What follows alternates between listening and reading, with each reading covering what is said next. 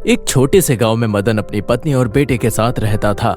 मदन के पास किसी चीज की कोई कमी नहीं थी, लेकिन वो बहुत ही ज्यादा घमंडी होता है। ऐसे ही एक बार मदन बाहर जा रहा होता है, तभी मदन की पत्नी माधवी उसे रोकते हुए कहती है, अरे सुनिए जी, हमारे बेटे सोनू को कुछ पैसों की जरूरत है। पैसों की जरूरत? अरे पैसों की जरूरत सोनू को क्यों है? वो तो अभी छोटा है और स्कूल में ही पढ़ रहा है, अभी से ही उसे पैसे क्यों चाहिए?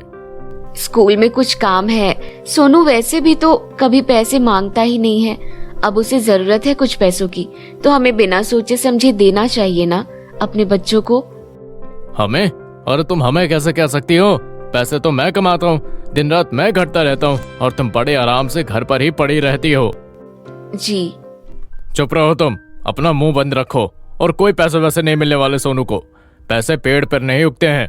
पैसों के लिए दिन रात मुझे मेहनत करनी पड़ती है, तब जाकर दो पैसे आते हैं। और तुम माँ बेटे के ये फालतू खर्चे की वजह से मैं अपने कमाए हुए पैसे उड़ा दूं? जाकर बोल दो सोनू को कि कोई पैसे वैसे नहीं मिलेंगे। मदन इसी तरह से बस हर वक्त पैसों के बारे में ही सोचता रहता है। मदन के लिए पैसों से ऊपर परिवार, उसके बच्चे कुछ भी नहीं थे, और वो ऐसे ही हर किसी को पैसों का घमंड दिखाता रहता है। कुछ दिनों बाद मदन के खेतों में हरिया नाम का आदमी आता है। वो मदन के यहाँ काम करता था, लेकिन तबीयत खराब होने की वजह से वो खेत पे नहीं आ पा रहा था। अब हरिया का बहुत हो गया है, इतने दिन हो गए और अब तक खेत में आया नहीं है। खुद को समझता क्या है कि कोई उसको लेने आएगा?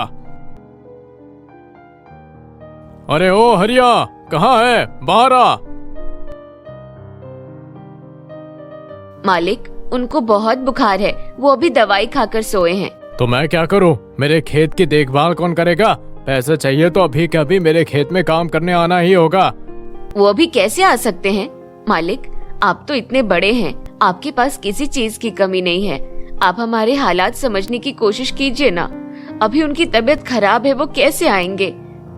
ये सब मुझे नहीं पता कि वो कैसे आएगा। उसकी कितनी तबीयत खराब है उससे मुझे लेना देना नहीं।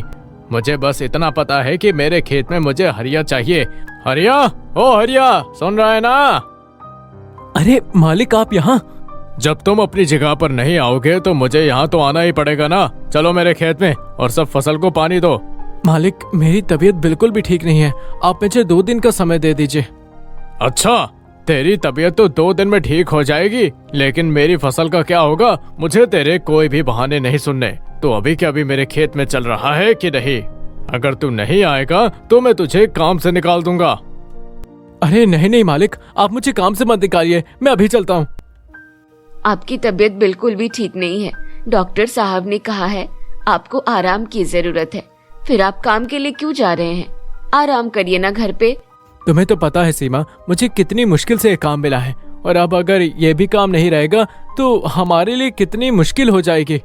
हरिया अपनी खराब तबीयत में भी मदन के खेत में काम करता है, और हरिया को काम करता देख मदन को काफी अच्छा लगता है। ये गरीब लोग, इनके पास खुद तो कुछ होता नहीं है, और इसी तरह ये जिंदगी भर हम जैसे अमीर के इशारों पर नाचते रहेंगे। मदन पूरे गांव में किसी के साथ भी अच्छे से व्यवहार नहीं करता था। कुछ दिनों बाद हरिया को खेत में आने में थोड़ी सी देर हो जाती है, तो मदन को बहुत गुस्सा आता है। मदन हरिया को मारने लगता है। तेरे बाप का खेत है क्या ये, जो अपने मन से आता है? जब मन करे तब तू आता है। फ्री के पैसे आ रहे हैं क्या? मालिक, मुझे मारिए मत, मैं जानबूझकर यहाँ देर से नहीं आया हूँ। रास्ते में मुझे आपकी पत्नी माधवी मालकिन मिली थी, उन्हें कुछ सामान मंगवाना था, तो बस मैं वही लेने चला गया था, इसलिए आने में देर हो गई। मुझे मारिए मत। अच्छा, अब तू बहाने बनाने लग गया। नहीं मालिक, मैं कोई बहाना नहीं बना रहा हूँ, मैं बिल्कुल सच कह रहा हूँ। अगर आपको मेरी बात पर यकीन नहीं हो तो आप चाहे मालकिन से पूछ लीजिए, मैं झूठ नहीं कह रहा। मुझे किसी से कुछ नहीं पूछना। आज तू खेत में देर से आया है, तो अब तू आज से ज्यादा देर तक काम करेगा, तभी तुझे अक्ल आएगी, और आगे जाकर तू ऐसा कभी नहीं करेगा। मदन हरिया को काफी रात तक खेत में काम करवाता है। वो ये तक नहीं सोचता कि हरिया को देर उसी की पत्नी की वजह से हुई थी। अब ऐसे ही समय निकल रहा था। मदन की तबीयत काफी खराब होने लगी थी, और उस वजह से मदन के इलाज में एक एक करके उसके सारे खेत लगते जाते हैं, और हरिया के दिन सुधरते जा रहे थे। अरे सीमा, भगवान की तो हमारे ऊपर बहुत मेहरबानी है, हमने एक और खेत ले लिया। ये सब आपकी मेहनत का ही नतीजा है। जब आप मदन मालिक के खेत में काम करते थे तो आपको बहुत ताने सुनने को मिलते थे और इस वजह से आप अक्सर हताश रहते थे। और इसके बाद ही मैंने अपना काम शुरू किया था। कुछ ही समय में हमारा काम अच्छा भी चल गया था। हाँ, चलिए अब हाथ मुंह धो लीजिए, मैं आपके लिए खाना लगा देती हूँ। अब इतने साल निकल गए थे और निकलते साल के साथ ही मदन का सब कुछ बिक गया था। मदन बड़ी हवेली से अब एक छोटे से घर में आ गया था। ऐसे ही एक दिन मदन को काफी खांसी हो रही थी और उसके सामने माधवी और सोनू बैठे होते हैं। माधवी, जरा पानी दे दो, बहुत खांसी हो रही है। तो खुद उठकर पानी पी लो ना। एक तो मैं बाहर दूसरों के घर में काम भी करूं और अब यहाँ आपकी सेवा भी करूं। तुम्हें पता तो है माधवी कि मेरी तबीयत ठीक नहीं है।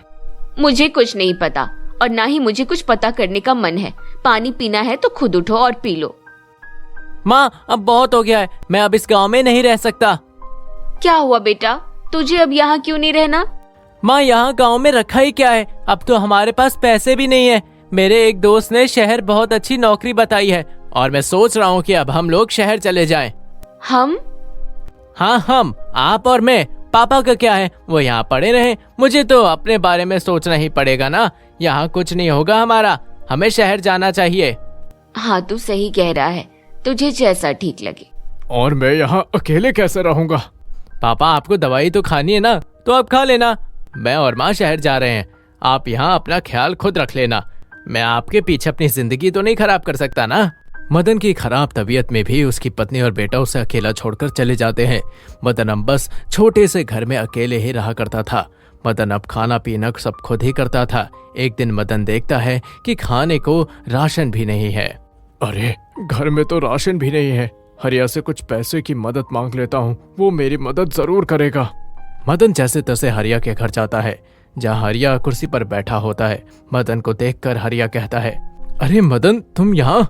हाँ, वो क्या है ना हरिया, तुम्हें तो पता ही है कि मेरी तबीयत ठीक नहीं रह रही है कई समय से, और अब घर पर मैं अकेला ही हूँ। घर में बिल्कुल भी राशन नहीं है। मुझे कुछ पैसे मिल जाएंगे क्या?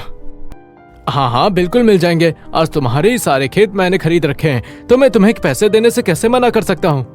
मुझे पता था कि तुम मुझे मना नहीं करोगे। तुम्हारा बहुत बहुत शुक्रिया। इसमें शुक्रिया की क्या बात है? मैं तुम्हें पैसे मुफ्त में नहीं दूंगा। तुम मेहनत करोगे और उसी के तो पैसे मिलेंगे ना। तो मैं तुम पर कोई एहसान थोड़ी ना कर रहा हूँ, इसलिए शुक्रिया मत बोलो। मतलब मैं कुछ समझा नहीं। अरे मदन, मतलब तो बड़ा आसान है। तुम्हें कुछ पैसों की जरूरत है और वो पैसे मैं दूंगा, बस उसके बदले तुम्हें मेरे खेत में काम करना पड़ेगा। तुम्हें पता है हरिया कि कितने समय से मेरी तबीयत खराब है। मैं ऐसे में खेतों पर काम कैसे कर पाऊंगा? बड़ा आसान है, तो अब तुम खुद सोच लो कि तुम्हें पैसे चाहिए या फिर खाली हाथ जाना है। मैं काम करने के लिए तैयार हूँ, मुझे कुछ पैसे दे देना। मदन अब हरिया के खेतों में ही काम करने लगता है। काम करने के बाद मदन जब घर आता है तो उसे अपने लिए खाना भी खुद ही बनाना पड़ता है।